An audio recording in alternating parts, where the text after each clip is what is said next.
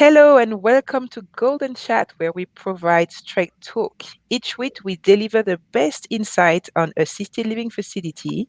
And I'm your host, Stella, with your co host, Pedro and Lana. How Hello. you doing, everyone? I'm good. I'm good. How are you guys doing? Good. Fabulous. Excellent. So, Pedro, last week you mentioned that one of the reasons why you got into assisted living is because of your dad. Correct. What were you looking for him, and what is the facility that you created that for you was the best facility for him? Well, what I was looking for was an environment that would assist him with his activities of daily living. Uh, One of the obstacles that I ran across was facilities were saying that they could only assist 2 days a week with baths. My dad was a gentleman who needed to take a bath every day. And if we wanted uh, additional services, it was going to be a la carte. So Mhm. and the a la carte piece was going to be more costly than just the baseline of the assisted living pricing. So um, we did try it. However, it wasn't necessarily conducive for us at the end of the day because the meals weren't what he needed. And of course, there was a language barrier and he was isolating himself more. So what I ended up doing was opening in a facility. I was blessed to be able to do that. Uh, a six-bed residential community-based facility that catered to my dad and individuals like him, a Hispanic population, where the meals are prepared fresh. The menu is a Hispanic base. Staff are bilingual, so they can communicate, so he wouldn't be isolated. Activities that he and individuals of his Spanish population like to play, such as dominoes, are available. There are a lot of unique things that we tend to do at my location, but again, it meets the needs of individuals like my dad and other Spanish background individuals. I like to hear that because basically what you're saying, the best facility for your loved one is the one that is going to cater not only to their needs, but to their overall culture and wants as well. That's correct. That's I like correct. that. So, That's correct. Lana, last week you mentioned that you were working for different facilities and you had residents. You work with residents in those facilities. So, what was your vision in creating your own facility? What did you want to provide that you thought was good for your residents? Well, because as I had stated before, I'm a nurse, so dealing with residents that were suffering from depression and anxiety, my goal was to assist them with that part of their life, which is changing. And with that change, it does create a lot of depression and anxiety. So my vision was to open an assisted living facility where, as a nurse, I could assist with that part of their, journey in life. It truly just broke my heart when I would travel to the assisted living facilities and hear these residents, suffer. And truly, that part of their life has changed. They are losing control of every aspect of their life, whether they've been living independently or in their own home or with family. Now they're requiring daily assistance. And that becomes a struggle for them to, as strong, as I say, as some strong women, to let go of that control. It's hard. Not only is it, I'm sure, hard for men as well because they have a lot of pride, but I just really, my heart went out for them. So my vision was to create a facility that could assist with that part of their life and Mm-hmm. also be that nurse to manage their medications, which is a huge part of, the process, because as we age, we don't need as much of the medications that we typically do. And my goal was to try to help make sure that we weren't just compounding med after med on these residents, that we were actually trying to help them live a healthier life with maybe less meds if that's what was required. That is a very good point as well. So now, listening to what you guys just said, what would be your best advice or the key points people should look at when they want to find an assisted living facility for their loved ones? Wow. I think research is going to be very important.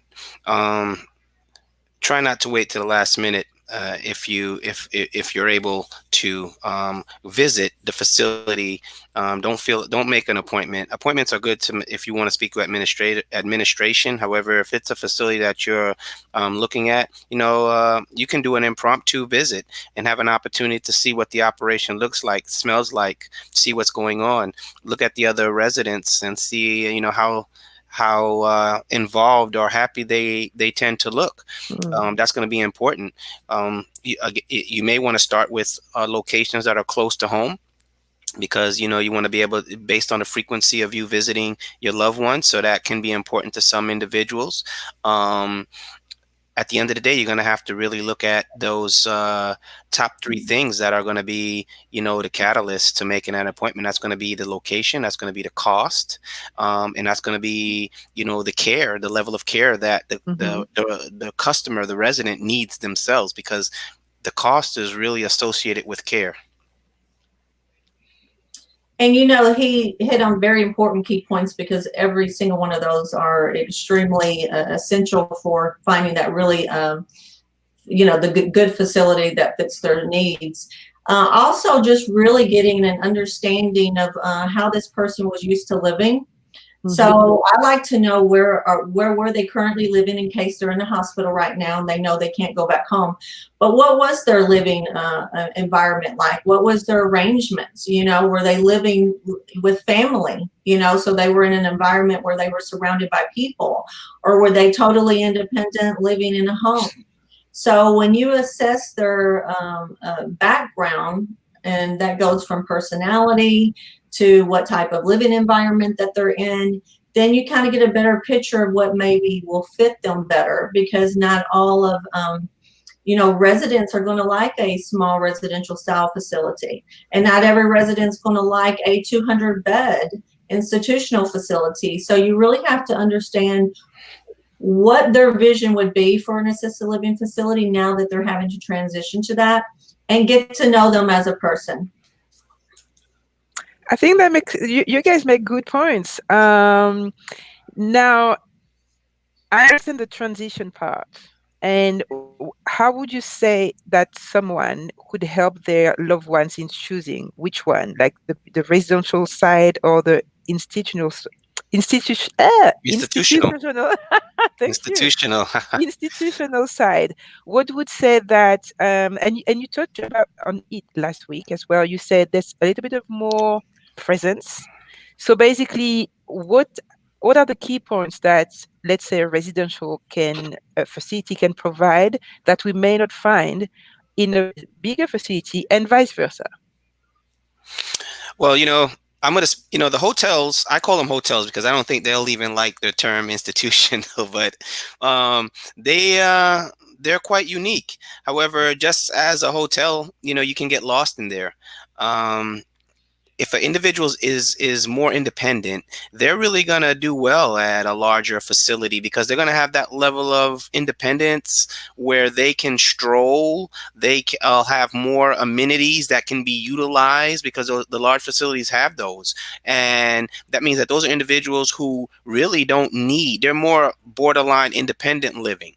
And I think understanding the difference between what your loved one needs, the type of care that they need, is what's really going to help determine what they need. Now, what I've noticed is that individuals who come to residential assisted living facilities, they need certain levels of assistance with activities of daily living, Mm-hmm. supervision. Not always as much, not all the time everything is hands on. Sometimes it's just prompts, making sure that they're safe, they're not, they're eating the meals, they're taking their medication, they're engaging with individuals, but in a more uh, family knit unit in a more comfortable environment, a more an environment that you're used to. I mean, you live in a home. We don't, when we go on vacation, we go to the hotel. But there are going to be those who want to live in those unique environments. I've had and I'll end with this. I've had individuals who've transitioned from the large hotel type environments, and what I always hear families tell me specifically is that they wish they knew there were there was such thing as residential community-based facilities, because they didn't know. All they knew was the larger hotels. Mm-hmm. Well, and I would like to add to what he's saying, because he makes great points.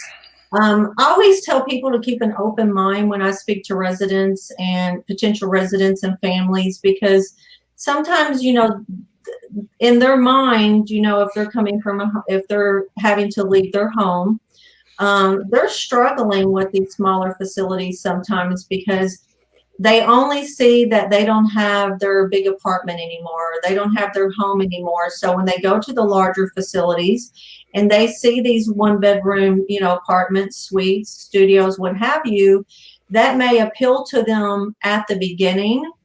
But what I tell them, I say, so they have more amenities. They're going to have routine, scheduled activities. We do too, but we have more flexibility. What is your top priority?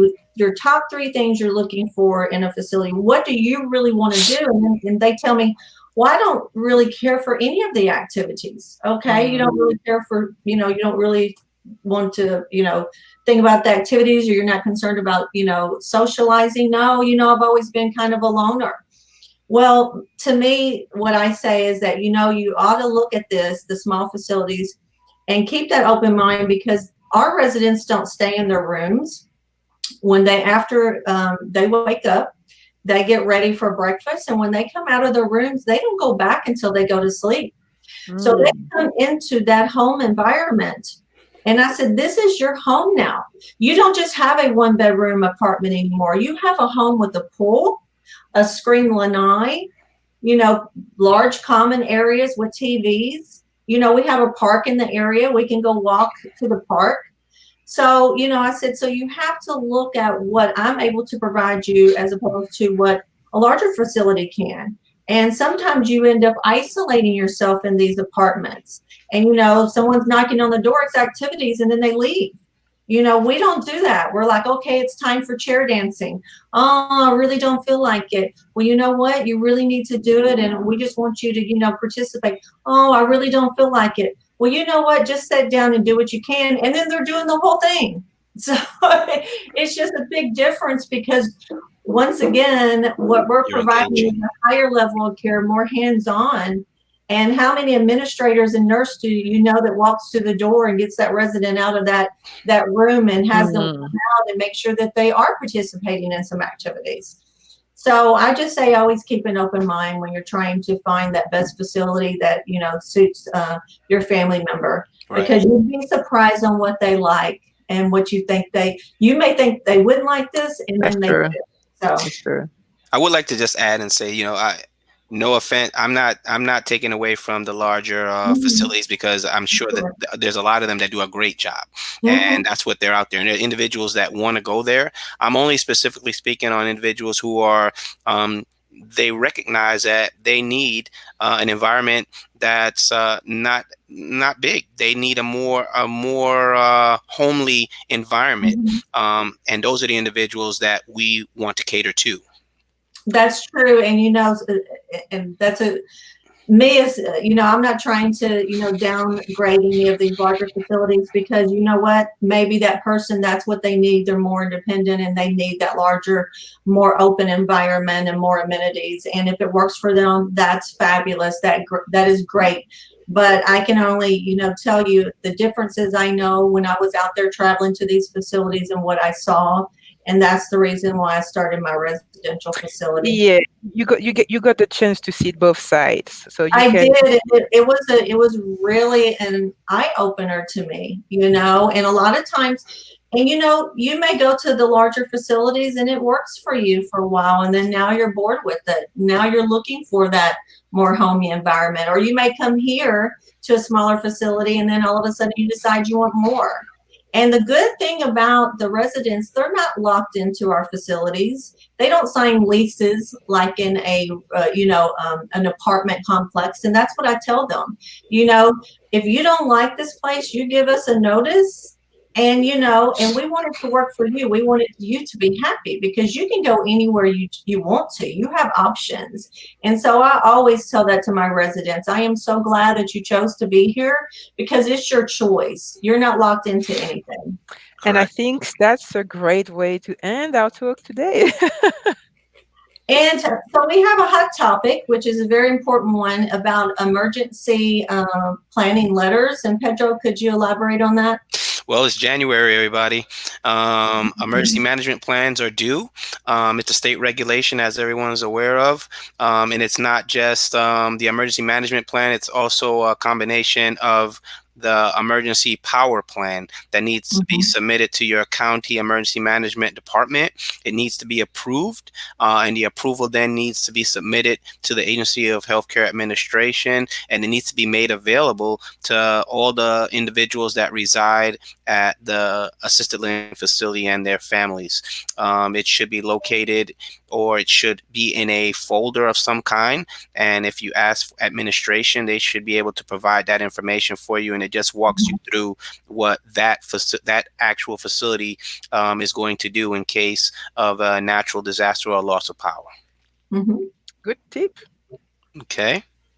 And for next week's episode, if there's anything, you can find everything we talked about today on our website, Easier Living for You. And that's the number 4, and that's you and the letter.com, where you can subscribe to the podcast so you'll never miss a show. We also have a telephone number if you need to reach out, and the telephone number is 407 794 7277.